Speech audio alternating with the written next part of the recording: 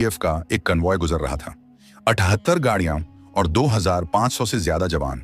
सब कुछ नॉर्मल लग रहा था, पर तभी एक लिंक रोड से एक रेड कलर की मारुति इको कार तेजी से आती है और सीधा कन्वॉय के बीच चल रही बस नंबर HR 49F0637 से टकरा जाती है।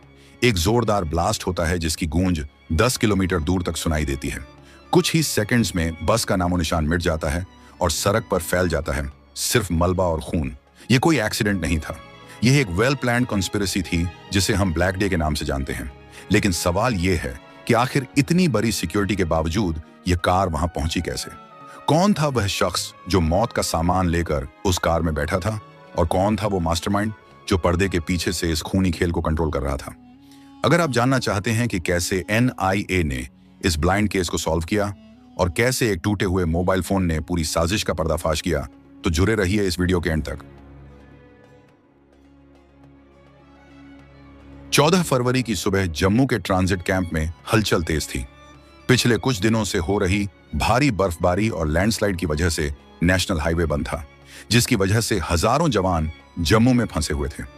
जैसे ही मौसम साफ हुआ तो हेडक्वार्टर से ऑर्डर आया कि सभी जवानों को एक साथ श्रीनगर भेजा जाए। सुबह के करीब 3:30 बजे 78 गाड़ियों का एक लंबा काफिला जम्मू से निकलता है। इस काफिले में 2500 से ज्यादा जवान सवार थे जो अपनी छुट्टियां बिताकर वापस ड्यूटी पर लौट रहे थे। इनमें से कई जवान ऐसे थे जो अपने घर वालों से वादा करके आए थे कि वो जल्द ही वापस आएंगे। किसी को अंदाजा नहीं था कि यह सफर उनका आखिरी सफर होने वाला है। काफिला पूरी सिक्योरिटी के साथ आगे बढ़ रहा था।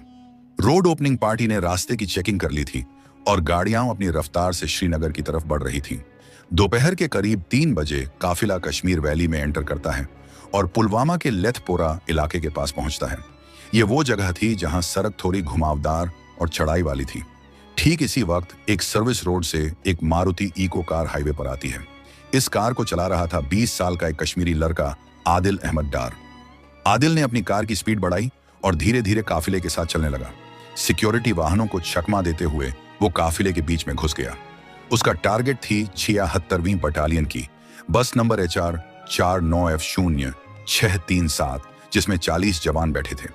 जैसे ही आदिल की कार बस के बराबर पहुंची, उसने कार को सीधा बस की तरफ मोड़ दिया। एक भयानक टक्कर हुई और उसके तुरंत बाद 200 किलोग्राम एक्सप्लोसिव्स फट गए। धमाका इतना तेज था कि बस के परखच्चे उड़ गए और लोहा पिघलकर सड़क पर बिखर गया।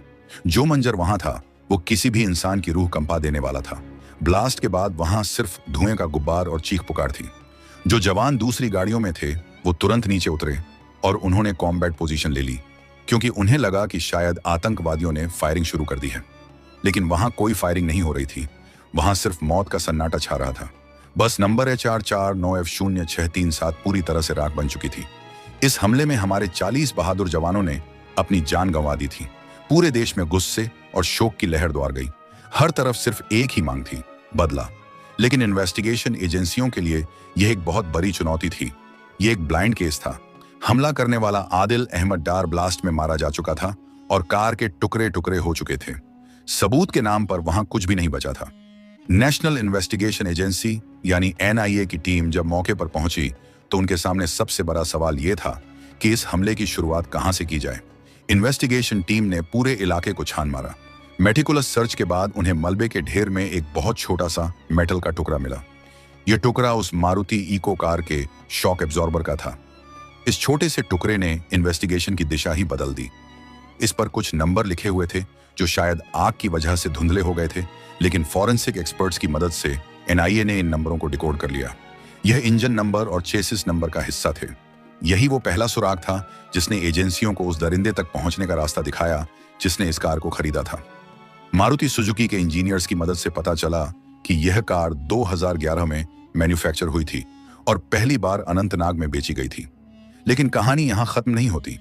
पिछले 8 सालों में यह कार 7 अलग अलग मालिकों के हाथ बिक चुकी थी। NIA की टीम एक के बाद एक सभी मालिकों तक पहुंची और अंत में उन्हें पता चला कि हमले से ठीक 10 दिन पहले यानी 4 फरवरी 2019 को यह कार सज्जाद भट्ट नाम के एक आदमी ने खरीदी थी। सज्जाद भट्ट बिजबेहारा का रहने वाला था। जब पुलिस सज्जाद के घर पहुंची तो वो वहां से फरार हो चुका था। सज्जाद का गायब होना इस बात का सबूत था कि वो इस साजिश का हिस्सा था, लेकिन सज्जाद सिर्फ एक प्यादा था। असली मास्टरमाइंड कोई और था जो पर्दे के पीछे छिपा था। एजेंसियों को इंटेलिजेंस इनपुट्स मिल रहे थे कि इस हमले के पीछे जैश ए मोहम्मद का हाथ है, लेकिन प्रूफ चाहिए था। तभी एक एनकाउंटर में सिक्योरिटी फोर्सेस को एक बड़ी कामयाबी मिली। एक मुठभेड़ में जैश के कुछ आतंकी मारे गए और उनके पास से एक टूटा हुआ मोबाइल फोन बरामद हुआ। आमतौर पर ऐसे टूटे हुए फोन बेकार होते हैं, लेकिन एजेंसियों ने इसे CERTIN के एक्सपर्ट्स के पास भेजा। जब इस फोन का डेटा रिकवर किया गया तो उसने इन्वेस्टिगेटर्स के होश उड़ा दिए। इस फोन में फोटोज और चैट्स का ऐसा खजाना था जिसने पूरी साजिश की परतें खोल कर रख दी। पता चला कि इस हमले का मास्टरमाइंड पाकिस्तान से आया हुआ एक टेररिस्ट था जिसका नाम था उमर। उमर कोई मामूली आतंकी नहीं था, बल्कि वो जैश के चीफ मसूद अजहर का अपना भतीजा था। उमर पाकिस्तान से स्पेशली इस मिशन के लिए भारत भेजा गया था। उसने अफगानिस्तान के ट्रेनिंग कैंप्स में अलकायदा और तालिबान के साथ मिलकर एक्सप्लोसिव्स बनाने की ट्रेनिंग ली थी। अप्रैल 2018 में वो सांबा सेक्टर के रास्ते बॉर्डर क्रॉस करके भारत में घुसा था। उसने अपने साथ RDX और हाई ग्रेड एक्सप्लोसिव्स की तस्करी की थी। उमर कश्मीर में इद्रीस भाई के नाम से एक्टिव था। डेटा से पता चला कि उमर ने पुलवामा के लोकल लड़कों को ब्रेन वॉश किया और उन्हें इस हमले के लिए तैयार किया। उसने आदिल अहमद डार को सुसाइड बॉम्बर बनने के लिए चुना, क्योंकि आदिल एक लोकल कश्मीरी था और उस पर किसी को शक नहीं होता। लेकिन सबसे चौंकाने वाला खुलासा यह था कि उमर ने सिक्योरिटी प्रोटोकॉल तोड़ते हुए अपना फोन अपने पास रखा था। उसके पाकिस्तान बैठे हैंडलर्स ने उसे फोन डिस्ट्रॉय करने को कहा था, लेकिन उमर एक लड़की के प्यार में पड़ गया था जिसका नाम था इंशा जान। इंशा जान पुलवामा की रहने वाली थी और वो उमर को लॉजिस्टिक्स प्रदान कराती थी। उमर इंशा से बात करने के लिए वो फोन यूज करता था और यही गलती उस पर भारी पड़ गई। इंशा जान और उसके पिता तारिक अहमद शाह ने ही आतंकवादियों को अपने घर में पनाह दी थी। यही वो घर था जहां हमले से पहले आदिल अहमद डार ने अपना आखिरी वीडियो रिकॉर्ड किया था, जो बाद में वायरल हुआ। रिकवर किए गए डेटा से पता चला कि यह साजिश कितनी गहरी थी। बॉम्ब बनाने के लिए अमोनियम नाइट्रेट और एल्यूमिनियम पाउडर का इस्तेमाल किया गया था। हैरानी की बात यह थी कि इन केमिकल्स को ऑनलाइन शॉपिंग वेबसाइट अमेजन से ऑर्डर किया गया था ताकि किसी को शक न हो। वाइजोल इस्लाम नाम के एक शख्स ने अपने अकाउंट से यह ऑर्डर प्लेस किया था। पुलवामा में शाकिर बशीर के घर पर आईडी को असेंबल किया गया। उमर, जो कि एक आईडी एक्सपर्ट था, उसने खुद अपने हाथों से बॉम्ब बनाया। कार को मॉडिफाई किया गया और उसकी पिछली सीट्स हटाकर वहां एक्सप्लोसिव्स से भरे कंटेनर्स फिट किए गए। लगभग 200 किलोग्राम एक्सप्लोसिव्स उस छोटी सी कार में भरे गए थे। 14 फरवरी से पहले इन्होंने हाईवे की रेकी की और काफिले के आने का इंतजार किया। मौसम खराब होने की वजह से उन्हें कुछ दिन रुकना पड़ा, जो उनके लिए फायदेमंद साबित हुआ, क्योंकि जब हाईवे खुला तो काफिले का साइज बहुत बड़ा था। जिस दिन हमला हुआ उस दिन सुबह आदिल अहमद डार नहाया धोया और नए कपड़े पहने। उसने अपने घर वालों के लिए एक वीडियो मैसेज रिकॉर्ड किया और फिर मौत की गाड़ी लेकर हाईवे की तरफ निकल पड़ा। उमर और दूसरे हैंडलर्स लगातार उसके टच में थे और उसे गाइड कर रहे थे।